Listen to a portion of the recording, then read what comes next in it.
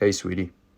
Now, before you roll your eyes and fast forward this video with that, here we go again look I know you've probably perfected at this point, just hear me out. This isn't a lecture. It's not one of those classic back in my day speeches. Although, back in my day, we had to wait 30 minutes just to watch a YouTube video buffer on dial-up internet and uphill both ways. This is a letter, a message from me, your very human, often confused, usually caffeinated, but always loving father. To you, my future daughter. I don't know who you'll grow up to be. Maybe you'll be loud and fearless. Maybe you'll be quiet and observant. Maybe you'll be neither. Or both, just like your mother, depending on the day and how much sleep you got. But I want to leave you with something that hopefully lasts longer than my weird obsession with organizing the spice rack alphabetically. So here it is, my letter and advice to you. Let's start here, because the world will have a lot to say about who you should be. They'll tell you to smile more. They'll tell you to be polite, but not too opinionated. Bold, but not bossy. Ambitious, but not intimidating. Beautiful, but not too aware of it. I call this the too much, not enough paradox. It's like walking on a tightrope in heels, blindfolded, while juggling flaming expectations. It's nearly impossible. So here's my advice. Don't shrink to fit someone else's box. Burn the box, recycle the ashes, and build your own damn shelf.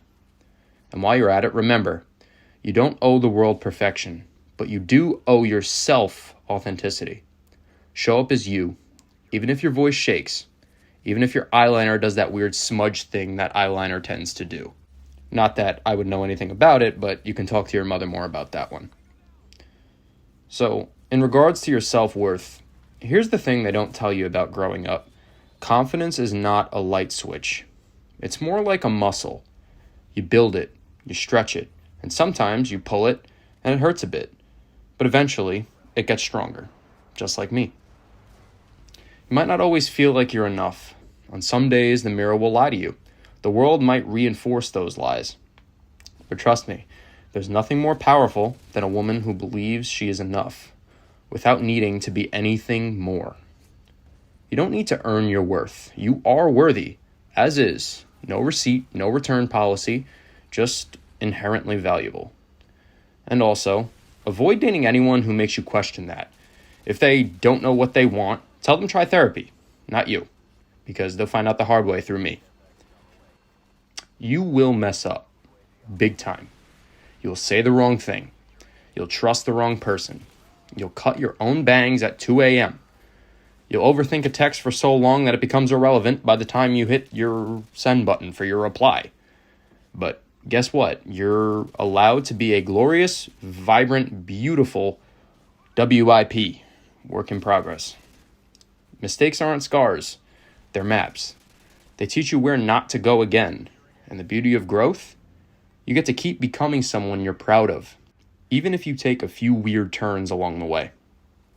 The important thing is, forgive yourself with the same compassion you'd give your best friend.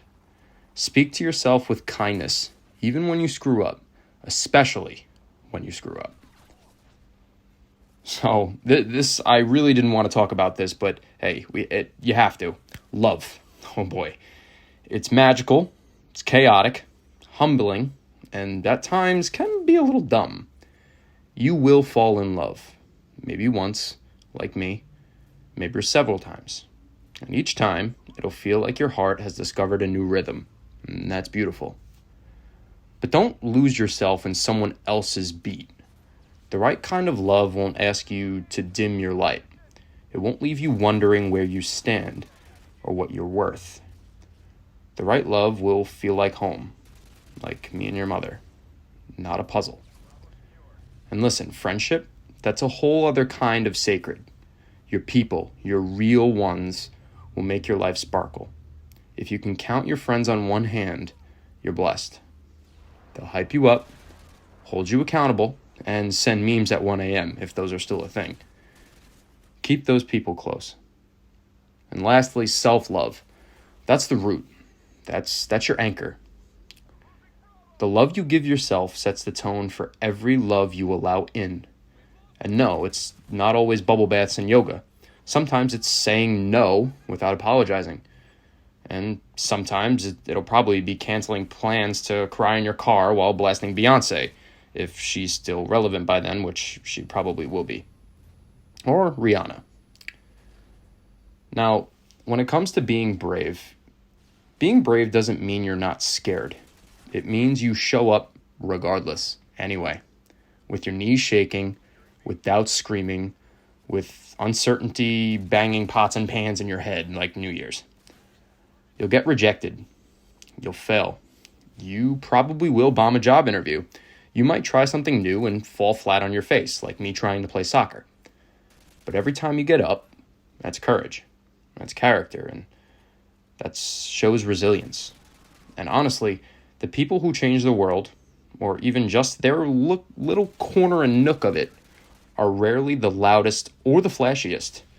They're the ones who kept going when it got hard, who were kind when it was inconvenient, who chose integrity over others' approval.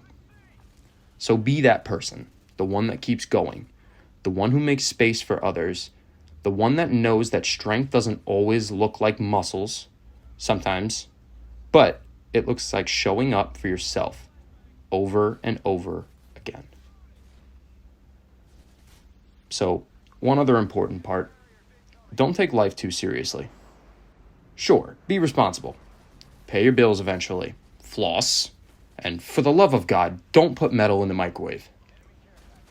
And don't even go near the thermostat. But also, let yourself live.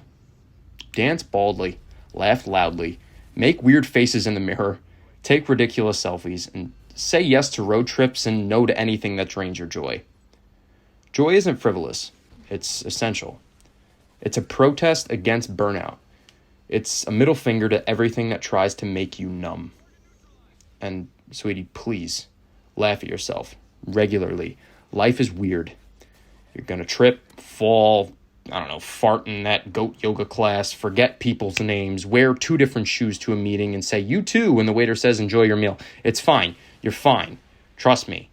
We've all been there. So, to my future daughter, whoever you become, wherever you go, I want you to know this. You're loved deeply at home, unconditionally, in all your messy, magical, complicated glory. And if life ever feels heavy, if the world feels unkind, I hope you come back to this very video in this moment, to my voice, to this message. You're not alone. You're never too much. You're never not enough. You're allowed to take up space. You're allowed to be. And I'm rooting for you. And so is your mother. Every single day, with every fiber of our beings. Now, go on, write your story. Go mess up. I did. Your mom did. Everyone does. And get it right. And laugh and cry and create and crash, all those C words. But most importantly, soar. Go live. Bravely, loudly, but gently and ladylike.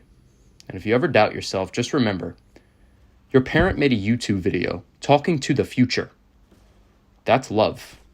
Or could be taken as delusion, but mostly love. We'll be here, cheering for you, always.